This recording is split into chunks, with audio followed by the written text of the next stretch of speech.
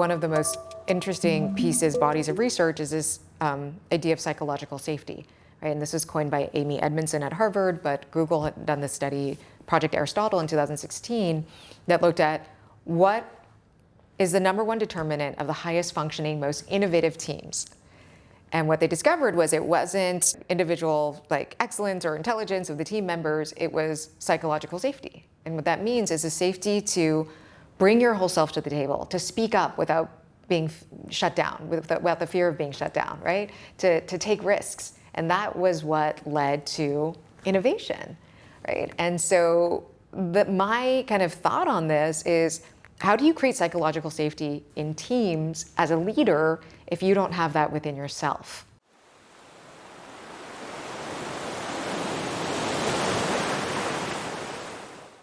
Aloha, I'm Robert Perkinson, a professor at the University of Hawaii and director of the Better Tomorrow Speaker Series. And it is my great pleasure today to be with social entrepreneur, author, and my friend Jane Chen. She is the founder of Embrace Global, a company that developed an innovative incubator for premature infants that has saved the lives literally of hundreds of thousands of infants around the world. She was trained at Stanford and Harvard and has been recognized as a Schwab Social Entrepreneur by the World Economic Forum and won an Innovation Award from the Economist magazine. She's also the author of a new memoir about her journey to save children and also herself. It's an extraordinary book. It's heart-wrenching, it's funny, it's resonant, and it's important. It's titled Like a Wave We Break, a memoir of falling apart and finding myself. Thank you, Jane, for joining us. It's nice to be here. Thank you for having me. So you've done so much work outwardly, from India to Gaza. What made you decide to kind of turn this work inward with this memoir? So my background, I am the founder of a social enterprise called Embrace. It was something that came out of a graduate school project at Stanford back in 2007. So I was doing my MBA at the time and took a class at the design school that was all about creating low-cost technologies for people living on less than $1 a day. The challenge posed to my team at the time was to build a baby incubator that cost less than 1% of the cost of a traditional incubator, which in the US is $20,000 and upwards. And so we did that. We created a device that is portable and that functions without constant electricity, so it can be used in the most remote parts of the world. And I spent 4 years living in India and then many, many years of my life dedicated to this mission. As you mentioned, to date, we have helped to save over 1 million babies around the world. The book starts at this pivotal point where we almost had to shut down the company.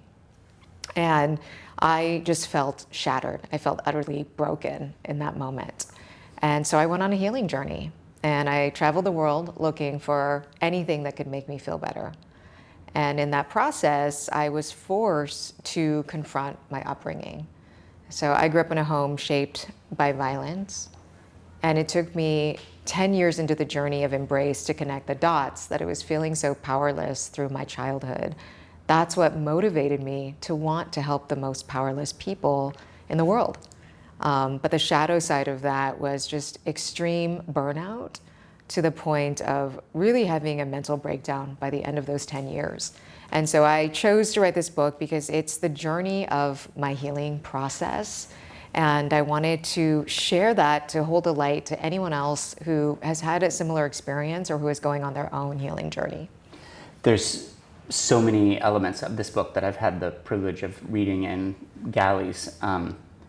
It's about the immigrant Asian American experience. It's about entrepreneurship and leadership. It's about a self-help healing journey. It's about trauma and psychology.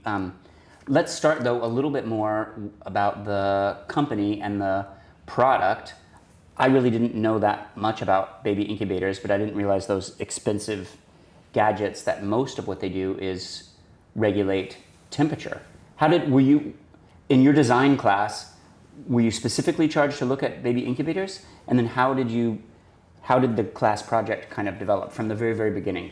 Yes, so that was a specific design challenge. The class had partnered with a nonprofit in Nepal that identified the lack of incubators as one of the reasons babies were dying. And so as we started to explore this problem, first we realized the magnitude of the problem. 15 million preterm and underweight babies are born every year, and 3 million die within the first 28 days of their life. And so that's about one baby every 6 seconds. And one of the biggest challenges these babies face is regulating their body temperature. So that is the primary function of an incubator. But not only are incubators expensive, they require constant electricity. Monitoring. Yeah, monitoring. They're difficult to operate. They require trained technicians. And so you don't often find them in remote parts of the world where many of these babies are dying. And so what we came up with looks nothing like an incubator. It looks like a little sleeping bag for a baby. And it's embedded with a pouch of what's called a phase change material, which is a wax-like substance that melts at human body temperature at 98 degrees. And that's the most important part of keeping these babies alive and healthy. So we provide a heating element along with that. But the key is once it melts, it maintains 98 degrees for 4 to 6 hours at a stretch without electricity. And you can heat it up however you want. We provide a specific heater with it. Oh, yeah, I see. so that Okay. gets it exactly to 98 degrees, and then it stays at that temperature for up to 6 hours, and you can reheat it thousands of times. And how did you find or design the wax that maintains that specific temperature? That was something that we just researched and found. I think for us, the kind of design constraint was how do you keep a baby warm and at a constant temperature without the need for electricity. And so that brought us back to high school physics and to the idea that when something changes phases from a solid to a liquid or a liquid to a solid, that phase change happens at one constant temperature. And so the key was to find something that had a melting point of human body temperature. And then through research, we were able to find that. And by the end of the class, did you already have the rudiments of design that have stayed? Yeah. So we had a prototype. We had kind of like a early stage prototype, and then the team moved to India. And over the next couple of years, we iterated and tested the product. A big part of the design process is really understanding the needs of your customers. And so we went through hundreds of iterations as we tested with mothers, with healthcare workers, with doctors, and came to understand what were their needs, their desires, their preferences. So what changed when you went through that process of talking to mothers or families themselves? Yeah, so many little things. One of the stories I love to tell is initially we had a temperature indicator on the wax pouch that was a numeric indicator. So it went from like 30 to 40 degrees Celsius. But as we showed this to mothers in villages, they said to us, we don't trust Western medicine. If you give me a certain dosage of medicine for my baby, I'd cut it in half because it's too strong. So if you told me to keep this at 37 degrees Celsius or 98 degrees Fahrenheit, I'd keep it at a little less than that because it might be too warm. Oh, wow. And so that led to a very important design decision to make it binary, to make it okay, not okay, as opposed to a numeric scale. So it's like, Also, it might stress people out if they're like trying to follow right. some very specific temperature, even though they're supposed to, I guess. Right. Yes. So it's just little things like that, cultural nuances, but like small tweaks and iterations to the product that really made it like culturally appropriate. And that was the reason we felt the need to move to India so we could live and breathe the culture and really create a locally appropriate design. Well, okay, yeah, that's a big jump from a class project to deciding that you're going to devote your life to this. Not just you, but everyone on your team decided to? Yeah. Well, 3 out of 4 people, and then we had another student join us. How did you decide to make that big?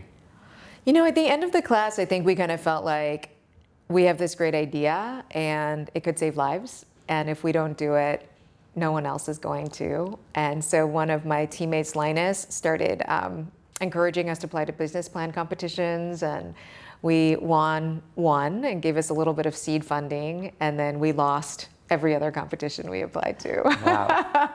Until, Go seed competitions. Yeah. And so we applied to like every competition around the world. We lost almost all of them. And then the week before I graduated from Stanford, we won 2 fellowships. We won a business plan competition and a fellowship. And that gave us like the first tranche of money to move forward. Yeah. So the move to India was both to be closer to the people who need the product, but Yes. also to seek a more economical way to manufacture it? We weren't necessarily thinking of that at the time. India is home to 40% of all the world's premature babies. And so we kind of figured, let's just go straight That's to the place to where be. the problem is, and we'll figure it out there. Now, you kind of have to be naive to do something like that because we had no idea. India is such an easy place to start a business. Yeah, we had no idea what we were getting into, and we kind of thought, we'd be there for a year and we'd figure it all out in a year, and a year turned into 4 years, and we had barely scratched the tip of the iceberg. What were the biggest challenges you faced in trying to kind of scale it from an idea to an actual product that you could actually distribute? We had so many challenges. So everything from once we got on the ground, how do we actually do the clinical studies, do the research? How do we actually get access to doctors and mothers and healthcare workers? And then figuring out manufacturing. No one could manufacture to the standards that we wanted. And so we ended up having to create our own manufacturing facility and our own distribution and our own supply chain. And we ended up just having to bring a lot of these things in-house because we wanted to create a world-class medical device. And the infrastructure in India is very limited. And you wanted also to be able to produce at a certain price point. Yeah, and then getting it to a certain price point, but really not compromising on quality. And so we chose to seek international regulatory certifications, even though those aren't absolutely necessary for a country like India. But we went down that path anyways, just to make sure that we were adhering to the highest quality standards. And you got that approval from Yes, so we got we got a CE mark on the product, which is kind of like the European equivalent of an FDA approval. We did randomized controlled trials that are published that show the safety and efficacy of the device, and none of us had come from a medical background. None of us had ever built a product before. So we were kind of just learning on the fly. So what were the biggest challenges to overcome before you could really get it out there? Yeah. Every part of this was far more challenging than we anticipated. I think something that we did not think about was, how do we get this into the hands of the people who need it? And what's the business model? Right? And so we started as a nonprofit. We actually spun out a for-profit arm a couple years in to diversify our sources of capital. So we experimented with that model. It turns out India, the way to get these products to the poorest people is through government hospitals and clinics, because government runs most of the healthcare infrastructure in a country like India. But that is a very corrupt and bureaucratic process, right? And so to be able to get those contracts is so challenging. And these are things that we had no idea how to do, So all of these obstacles, yes. But when did you first start, having the product that could really be used? It was probably 2 to 3 years in. That's how long it took us to do the studies, get the manufacturing set up. We launched the product at that point, and we started getting it into clinics and hospitals throughout India and beyond, and so started getting traction there. One of my favorite stories is a few weeks after we launched the product, we got a request to send incubators to an orphanage in Beijing. And so we sent some there. It's called Little Flower Orphanage. And a few weeks after that, they called us saying they had found a 2-pound baby who was abandoned on a street and had kept him in our incubator and ended up keeping him in our incubator for weeks. And so I went to Beijing 7 months later to visit this orphanage, and this boy had survived, and I had the opportunity to hold him in my arms. And he was later adopted by a family in Chicago. And now he is 13, and he actually came and visited me in Hawaii last year, and I took him surfing, and it was just the most surreal, beautiful experience to think of holding him in an orphanage when he was 7 months old, not knowing what tomorrow was going to look like, to Amazing. Surfing with him in Hawaii 13 years later. So. And where, globally, where has India been the primary area of use, but has it been used in many other places too? Yeah, it's been used in over 25 countries. So India was a huge kind of place for distribution in the early days. In the most recent years, the product has been used in humanitarian crises. So Embrace returned to a purely nonprofit model for a number of reasons in 2021, and our focus has been humanitarian crises. So getting our product into places like Ukraine, Gaza, Syria, Turkey, all over sub-Saharan Africa, but any place there is a disaster a war, an emergency. There's like a total shutdown of healthcare infrastructure and resources. And so our role is to get our product into those places and to help the most vulnerable babies. I mean, this is such a story of tremendous success, but you mentioned at the beginning that you eventually hit this kind of financing wall. So I think one of the biggest challenges, as I mentioned, was figuring out what's the right business model for this. And we had gone from a nonprofit to spinning out a for-profit arm, but a couple years in, we realized that the economics just really didn't make sense for us to manufacture and distribute a single product on our own, very low cost, low margin product, right? And so we needed the help of a larger partner. And after a series of twists and turns, we had an acquisition opportunity for the for-profit arm. We had worked on this deal for 6 months. We signed every piece of paperwork. And when we were waiting for the wire transfer to come through, the acquiring firm shut down. So that was kind of the end of a long series of challenges that we had faced throughout. And at that point, this was 10 years into the journey now, and I was just beyond burned out, and I just did not see a path forward. And so my co-founder and I wound down the company at that time, and really I was in the worst place of my life. Yeah, you felt like you broke then too. Yeah, I was broken. I was having panic attacks. I couldn't sleep. I felt terrible because this thing that had once defined me, my purpose, my company, I poured my soul into it for 10 years. And there was a part of me that desperately wanted out at that point. I knew I was so burned out and I'd been doing it for so long, but another part of me that was still clamoring to save the company. And so when this finally happened, it was really the last straw. And that's what sent me on my healing journey. Yeah, and did you begin that kind of deliberately, or did that start yes and no? This yeah. journey that really is quite a lot of the book. Right.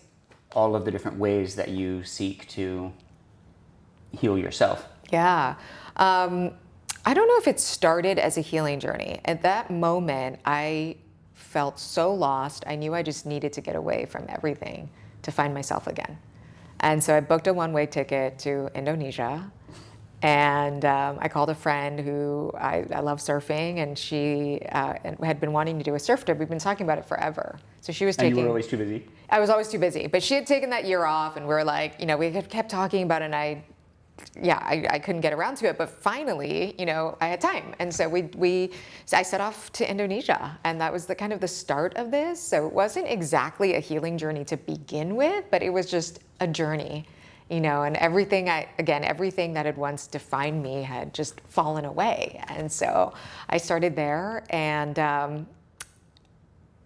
where should we start with the journey? Well, and you have tried, as you'll discover in the book, almost every self-intervention that you can possibly imagine. Yeah. What are Yeah. some of the methods that you explored? Yeah. Well, I'll back up a interior second journey? and talk about what happened right before the journey, because this will lead segue into the journey and also what ended up happening with Embrace. So before leaving for Indonesia, maybe this was a couple nights before, I turned on Netflix one night and I stumbled across this film called I'm Not Your Guru, and it was about Tony Robbins, who's a motivational speaker. So I didn't know anything about Tony at that time, but I watched this film and I was so touched. I was just crying from beginning to end. And at the end of the film, I wrote down in my notebook, go to Date with Destiny, right? That's his big event at the end of every year. And so I wrote it on my bucket list, and then I totally forgot about it.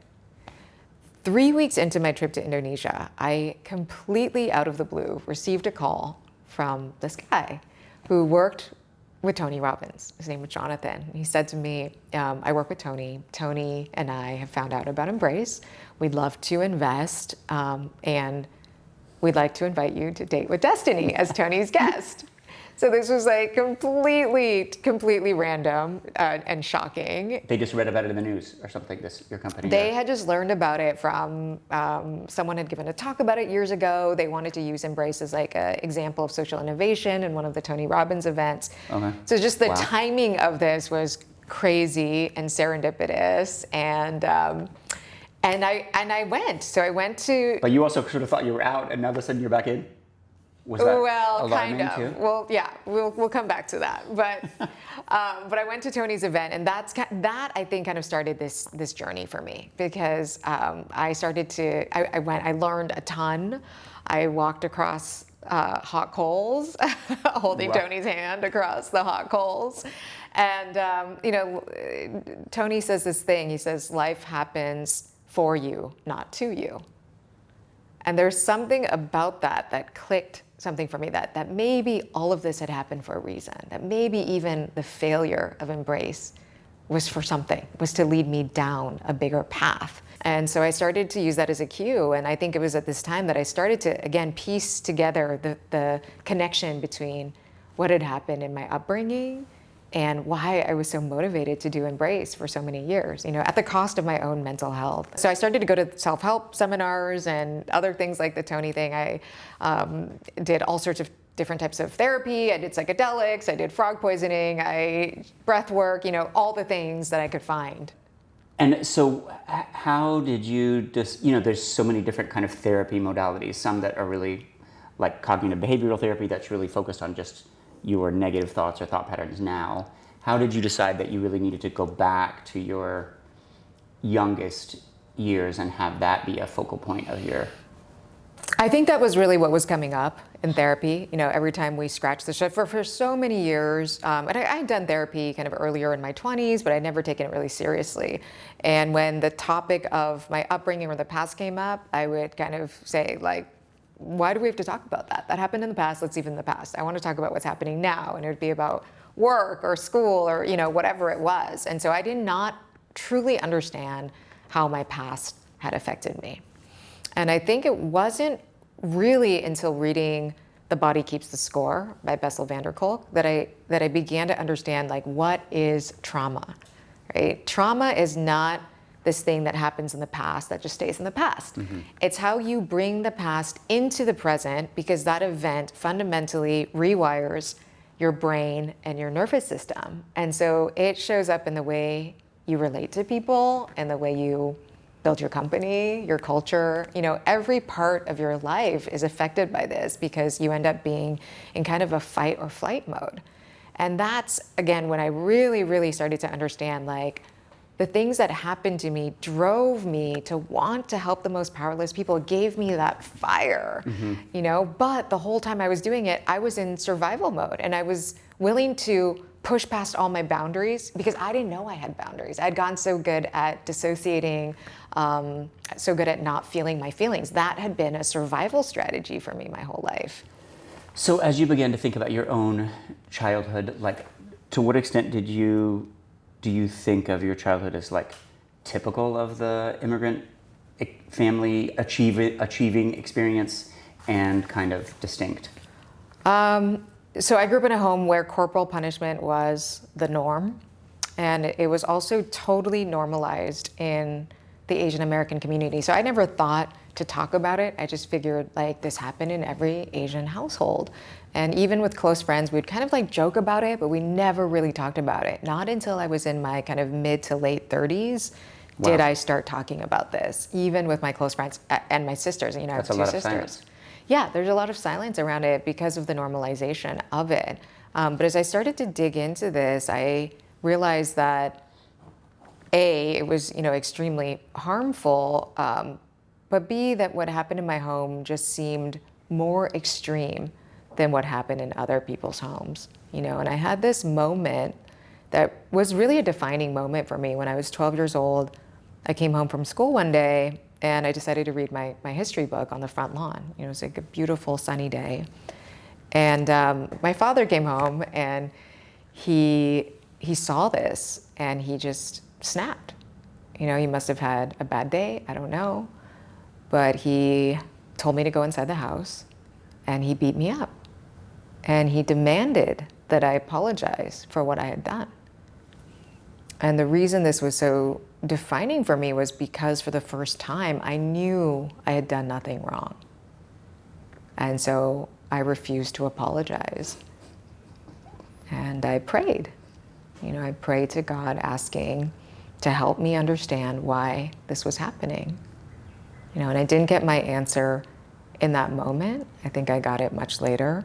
But still, I think, again, the gift of my childhood and all the challenges I went through was that it laid the foundation for the purpose of my life, you know.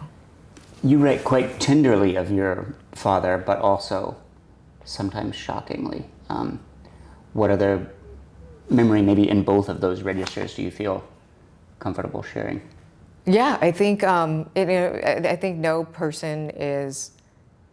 Everyone is so multifaceted, and my father also has wonderful qualities. Like, he's incredibly generous. And when my company shut down, he transferred 6 months of rent to my bank account without a word. You know, like, there were these incredibly touching, generous things that he did growing up, and I felt this love and care from him. You know, I have these little moments. He would take me to my violin competitions, and we'd always go celebrate with ice cream afterwards, or you know, just him practicing times tables with me when I was a kid. There's like these little moments of care and concern, and he, to this day, is one of the most generous people that I know. You know, generous financially, generous with his time. And he grew up in a family and a culture that was violent. And that's one of the things I really learned through this book, is looking at the historical context of what happened and the intergenerational trauma, right? So my father was born in 1942 when Japan occupied Taiwan. When the communists took over China in 1949, the KMT, the Kuomintang, fled to Taiwan, and they took over Taiwan. And Taiwan then was under martial law for the next 38 years, which is one of the longest periods of martial law in history. So during this period, hundreds of thousands of Taiwanese people were killed, imprisoned, raped, disappeared, right? It was an environment that was crackling with fear and paranoia. And that is what my father grew up in. Terror writ large. Just terror. And so that political oppression was what I think motivated him. I didn't know this until I wrote the book, just how deep that drove him to want to move us out of Taiwan into a place where there was freedom. You know, and so that kind of violence in a culture and a society seeps into family systems. You know, not to mention there was violence in his home as well. So you have this like dichotomy of, yes, you know, I think as children we're also like hardwired to want to love our parents and see the good in our parents. And I truly do see those things. And at the same time, he was a very reactive person and had deep anger. Oh, I mean, you mentioned times tables, but for me, one of the most jarring moments in the book is about you doing times tables with your, I guess because I as a parent have had that experience and I remember it as a kid, but it seems extreme. Yeah, it was extreme. Yeah, it was extreme. And I think that's in some ways how he showed his love. He really wanted us to do well in academics. To him, us doing well and succeeding in America, especially academically, was the path to freedom. So I understand where it came from, but his way of going about it was very extreme, you know? And I think that's where I started to understand that what happened in my home was different. There was not always kind of a cause and effect. Like, my dad could get very angry in moments, and you wouldn't understand why, and you would just be on the receiving end of it. And so as a child, and again, I didn't understand this until much later, but I think the only way I could process it was to believe, like, I'm bad. I'm not worthy. I've done something wrong, right? And so you don't know how to make sense of it. How much was this kind of like periodic, or how much did your sisters and your mom kind of live in fear, like kind of constantly? You know, it's really interesting because I think what happens is something becomes so normal that you don't even question it, and then, you know, your whole system is ready for it. So I think I was probably constantly living in a state of flight or fight because we were walking on eggshells. We never knew what could set my father off, right? But I didn't know that. It's like a fish doesn't know that it lives in water, right? It's like their only reality. So I think I had a nervous system now when I look back and reflect that was just wired for danger. And in some ways, it made me a great entrepreneur, right? Like, I could handle so many challenges because I knew how to do that. I wouldn't get flustered. And there are moments where I would get like slapped, and then I'd go to school and just put on the happiest face and pretend like nothing happened. So I got really good at compartmentalizing. How have your sisters and mom coped differently than? I think we've all had different journeys with it. So in like my maybe mid 30s, I started talking about it with my sister. And I remember saying to my younger sister, as I was doing this work, and this was like really, revealing itself to me, like, oh, there's something wrong with what happened. Like, it took me decades to understand this. But I called her up one day and I said to her, Joyce, I think what happened in our home was abuse. And she said to me, that wasn't abuse. That happened in every Asian home. Our parents never meant to harm us. And I said, please talk to your friends, talk to your therapist. And I really wanted her to wake up to it. And she did. She did. She started talking to some friends about it and therapists, and she came back to me and she was like, okay, yeah. Like, she started to have a different understanding of it. That it wasn't normal even within the Asian American households. Mm-hmm. Yeah. So Joyce and I both have been kind of on a deep healing journey, and in our own ways and on our own paths. Sure. I think there's no one size fits all kind of solution to this. It's just like, different modalities for different people. How concerned are you about writing the book and bringing some of this to the world? Oh, it's terrifying. It is like the part that it's like in the process of doing this, and especially as it gets closer to launch, I will wake up some nights in the middle of the night and just be like terrified, because I'm revealing like really deep things about my family that I've kept silent for years, right? And that was my role in the family, was being a protector through silence. So it's really... And you were often told, right, like hide the bruises. Yeah, exactly. I was told to hide it. We were told that it was both totally normal, but also something to be hidden because, American people in American culture wouldn't understand. So that probably is like the scariest part of this. And, my older sister has not really wanted to go down a healing path. And my mother has kind of slowly started to come around to like understanding that what happened was not okay. But it's taken many, many years and conversations. And she grew up with that. So how would, again, it was normalized for her. But I think for me, the thing and the reason that I'm writing this book is because silence is complicity. And I think a big wake-up call for me was a couple years ago, someone who I went to high school with, who was also Taiwanese American, lived in the same town, he killed himself. And I knew that there had been abuse in their household as well.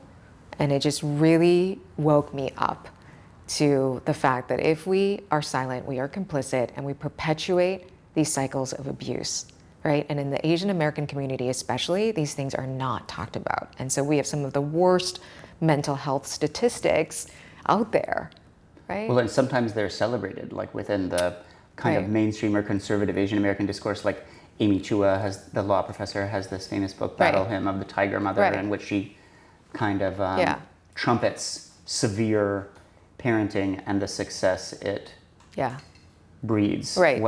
Is your book a response to her in a way, or? I don't know. I think, I would say that everyone has a different parenting style. I'm not here to like critique the way someone parents, but what I will say is this, that it comes down to intentionality, right? And so if you're intentional about the way that you parent and you've put thought into it, great. I think what was happening in my home was not intentional. It was reactivity, right? And so my dad would flip out, and then it would just be this reactive response. And I think that is one of the most startling things for a child, is the lack of consistency and that reactivity. And then putting someone in a constant kind of fear-based state is very, very damaging to a child's nervous system and brain development.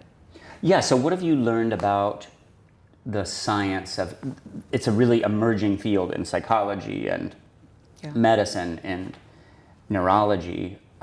What are some of the key developments in trauma research that you think are important for people to know? Well, I think this touches back to what I said earlier, just the way trauma shapes your brain, right? Before, people thought that it was just like this thing that happened in the past, but no, it actually rewires your brain. And so because you're in a constant state of fight or flight, you're more reactive, you're more fearful. For me, I think intimate relationships have been very hard because of that, because I equate love with pain. Right? And so trauma comes in many forms. There's abuse, but there's also neglect, right? And that is just as damaging, if not more damaging, than abuse, when a child is not attuned to and their needs aren't met, right? And so I think what's been so interesting is the prevalence of trauma. In that landmark CDC Kaiser Permanente study that surveyed 17,000 adults in America, most were middle income and college educated, and 66% of those adults had experienced at least one major adverse childhood event, such as abuse or neglect. And the long-term effects are exactly so varied, from increased levels of obesity, not only depression and anxiety, but also obesity, autoimmune disorders, all of it, heart disease, cancer, prevalence of cancer. Yeah. It's kind of it is, epigenetic effects. Yes. It's quite remarkable. Yeah, and that was like one of the most shocking things as I really started to read about this, is it's one of the biggest predictors of someone's long-term health outcomes. So interestingly, coming from Silicon Valley, we're always talking about like longevity and how to increase our life expectancy and all of that. Well, how come no one's looking at this and thinking about how do we systematically address childhood adversity? And it's not, because adverse childhood experiences get wired into your brain, maybe they're difficult. They're very difficult to treat. Yes. What for you, of all of the things you tried, what for you was, maybe helpful. First what was wildest? And then what do you think was absolutely essential? Maybe I'll start with essential and then I'll go to the wildest. Okay. So the thing I learned about trauma and why, for me, talk therapy hasn't been effective, and again, this is different for everybody, but trauma lives in the body, right? It lives in the limbic system. Talk therapy is happening at the level of our thinking brain, our neocortex, rather than our emotional brain and our limbic system, right? And so you're kind of, with talk therapy, you're talking around the thing, but not going to where the trauma is stored. So that really kind of changed my approach and has kind of shaped what's been helpful or not helpful. I would say the two things that have been the most helpful, maybe three. One, psychedelic therapy, for sure. Wow. Specifically for trauma, MDMA. And the clinical results on this has been just amazing. The clinical studies have looked specifically at PTSD amongst veterans and have shown remarkable results with people getting off the PTSD scale with 3 sessions of MDMA-assisted therapy. And that it's true with veterans, or I know with 9/11 survivors, the talk therapy outcomes are not very good. Right, and this is also done with therapy, in conjunction with therapy, and a big piece of it is like set and settings and being in a very safe space to do this work. But the protocol for something like MDMA therapy, you work with a guided therapist or facilitator, and you are lying on a couch with an eye mask and music. And a really important piece of this is kind of writing out your intentions, right? So what do you want to get out of this journey? It could be anywhere from... Before you begin. Before you begin, yeah. So really setting your intentions. A lot of mine ended up being about having more self-compassion, self-love, forgiveness, right? So being very deliberate about that. And then what MDMA does is it kind of like helps to turn off the amygdala, or the part of your brain that's associated with fear. And so you can look at things in this very different lens, and with a lens of like way more love and self-compassion. And so that just allowed me to see the events of my life very differently, but more importantly for me to like really connect with myself, right? And all these parts of myself that had been so scared, and parts of myself I'd abandoned, frankly, And so in the last scene of the book, I do an MDMA session where I'm combining it with this other modality called psychodrama, where you have people come in and kind of play the role of your ideal parents. And the idea is to give you an imprint of what, a nurturing, loving experience could have been. And so I was kind of in seek of this perfect ideal father for a lot of my healing journey, and did an MDMA journey with a friend who I'd asked to play the role of the ideal father. And I'd scripted out all the lines I wanted the ideal father to say to me as a child. And as this was happening, he's reading these lines that I had written. I had handpicked the ideal father, and nothing was working, nothing was hitting. And so at some point I took the script from my friend, and I had this picture of me as a 5-year-old sitting on my coffee table. And I picked up the picture and I read each of these lines to myself. And there were things like, I love you just the way you are. and you are worthy of love. And I will love you no matter what you do. You know, it's what every child wants to hear. And in saying it to myself, I could believe it. I felt something. And it woke me up that everything I was looking for out there, it had to come from in here. Like nothing, no one could give me what I couldn't give to myself. And so a big part of this is learning how to reparent yourself, you know, and it's the thing that has given me the greatest kind of self-compassion and self-love and healing through this. And I think through that whole journey, I've come to understand, this takes us to kind of something that's a little more meta, but I've come to understand that like we don't have to earn our worth. You know, it's about finding it from deep within ourselves, and our worth is not about what we do or produce or even our purpose. You know, it's about something much, much deeper, and it's when we find that inner sense of worthiness, that is what gives us true resilience. And do you feel like you're able to kind of not just visit that wisdom, but hang on to it? Yeah, I mean, it's, you know, it's still, you know, the other modality I think has been really effective is a practice called internal family systems. And so this is looking at the thesis around this is there's many parts of you, Robert, right?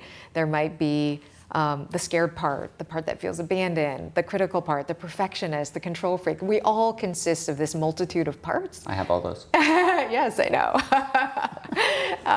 And so can we, you know, instead of shame or criticize these parts, just become intimately familiar with them, you know, and thank them for the role they've played in our life, and treat them with self-compassion. And so that's like I love this modality of therapy. And again, it's more than just like talk therapy. It helps go deeper into consciousness. And it's something that you know, if I'm not in therapy, if I'm getting triggered in a moment, I'll remember this and bring it into my day-to-day life. So I wouldn't say like, have I stopped criticizing myself forever? No, that's still there. Mm-hmm. But I would say the voices that used to be so mean and you know, we are like the meanest people to ourselves. So those voices, I have awareness now of when they come up, and I can replace them with a different voice. Right. And that is kind of the metric I see of healing. Which is kind of a goal of simpler therapies, but it doesn't sound like you could have gotten there unless you... No. Yeah, I think it took all of this. It took me reconnecting with myself in this like very, very deep way to go there. And it's a constant practice. It's not like there's a silver bullet and you're fixed. You know, it's like something that you have to continue to engage in and nurture. Well, are there elements of it though that are like off the shelf that other people, you know, if they're looking to begin a healing journey, can they avoid some of your detours perhaps and start? Yes, absolutely. More efficiently? Yes, so I recommend to all my friends doing internal family systems, and if they are looking for a therapist, to look for someone who is trained in that modality of therapy, or anything that kind of brings you back into your body, right? So there's studies that show that yoga can be more effective than antidepressants, for example, and yoga was a big part of my life. I think surfing has been so healing for me because it really brings me back into my body, right? Trauma survivors often learn how to disconnect from their body. So that's what I would say. Anything that is kind of somatic, that kind of goes deeper into your consciousness, to try those things. Definitely, I'm a huge proponent of psychedelic therapy. But I think to do it with a few things in mind. One, don't try this at home, kids. Well, one is that to heal, you really have to be willing to feel your pain and to feel your heartbreak, right? And we live in a society that is about escaping pain through everything we do, right? Sure. Whether it's through social media or work or jobs, staying busy. And so that's the biggest thing you can do. Like the biggest step of courage is to be willing to face your pain. And you cannot end up on the other side of healing unless you're willing to face your heartbreak. That's the first thing. Second thing, there is no magic bullet. Sure. So this is a long road, and you have to go into this knowing that you're not going to do one psychedelic journey and it's all, right? This is like developing an ongoing relationship with yourself. And so you have to be willing to do that. And there's both kind of the practical tools that can help you do that, and then the deeper therapeutic work. And that's kind of what I'm focused on now, is both awakening people to how might your trauma be showing up in your life in ways that you don't even realize, right? And then I'm not a therapist, but equipping them with some of the practical tools that I've learned that can help them on this journey. That's what I'm really excited about right now. How are you? I mean, you're still a person who's achieving a great deal. You have this major memoir coming out. You're beginning like leadership consulting, and you're doing a lot of kind of activity around the book launch. But how? So you still have a lot of drive. You had a lot of drive in therapy, in fact. Yeah. But how are you a different person or the same as you were and Yeah. when you broke first in India? Yes. Well, this kind of comes back to what happened with Embrace. So after I met Tony Robbins and team, I told them about what happened with Embrace, and they love the mission, and they just said to me, this needs to continue. And so Tony, through his involvement with Idea Lab New York, ended up acquiring the company and giving it a home and a future. And so that happened as of the end of 2019, which was like this beautiful, miracle resolution. And it's funny how everything kind of came together when I finally surrendered the outcome.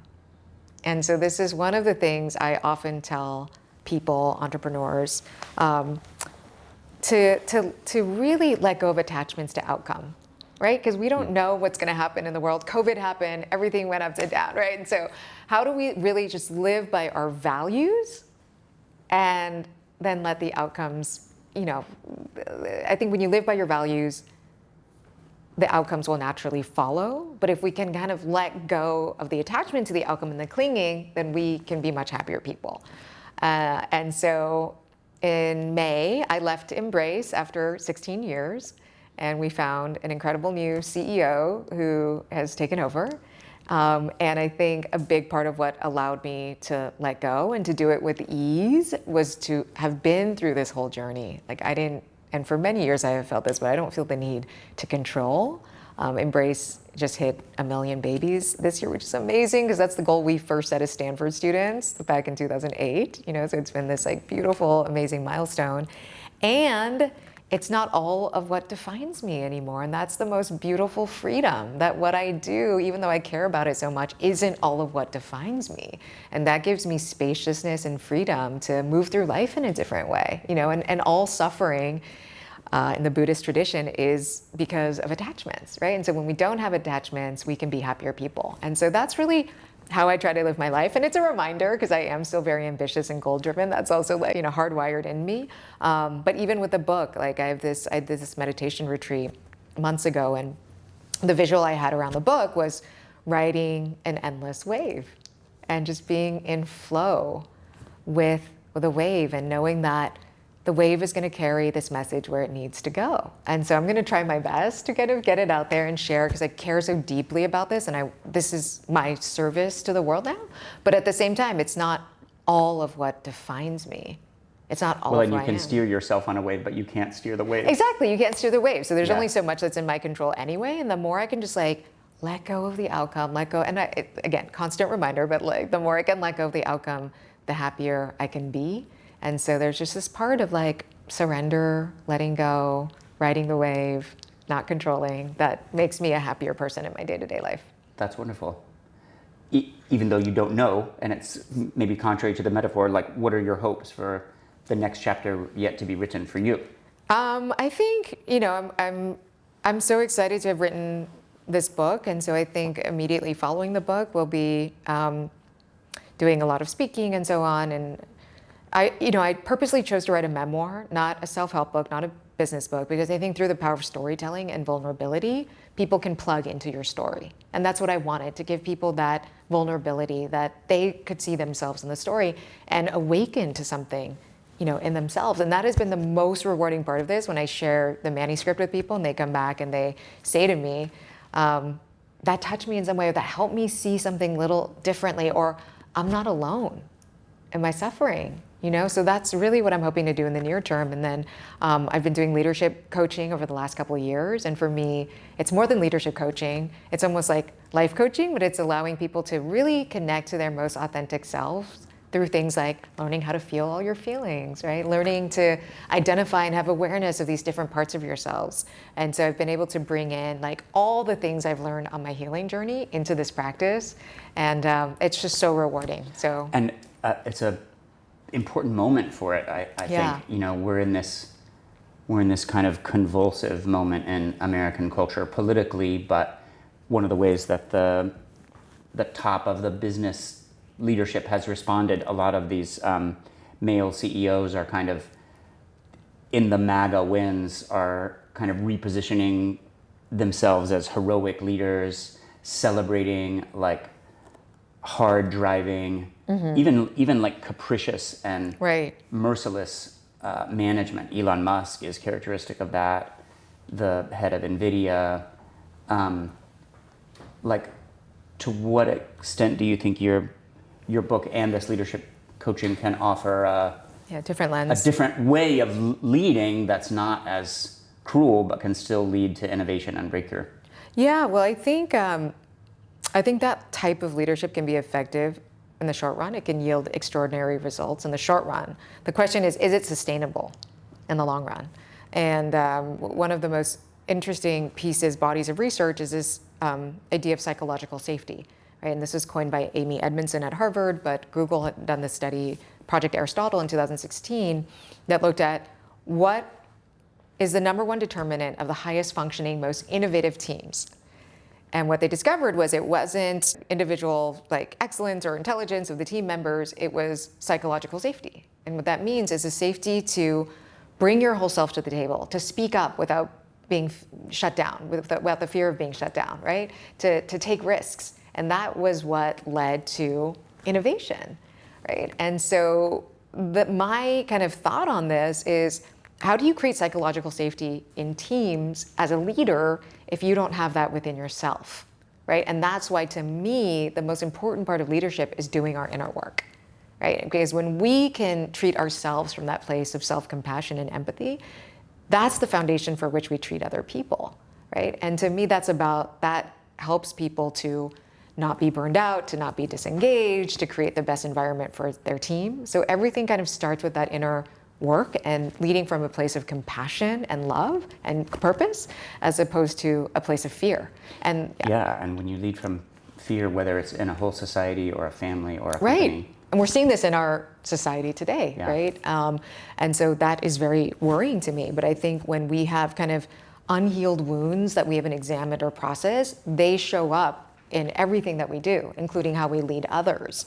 And so the more that we can have that level of self-awareness, the more we can create these like great environments for others to be a part of. And I think what I've started to see all around me is that achievement can actually be a trauma response, right? And there's this body of research that actually shows, Gabor Mate calls this wounded striving, but it's when we did not have our needs met in a certain way as children, and so we need to prove our worth through our work, through service to others, et cetera, right? And that can be kind of the driver of burnout, which is certainly what happened with me. And we're now in a culture where burnout rates are astronomical. Right. Right. So what's a healthier motivation for achievement?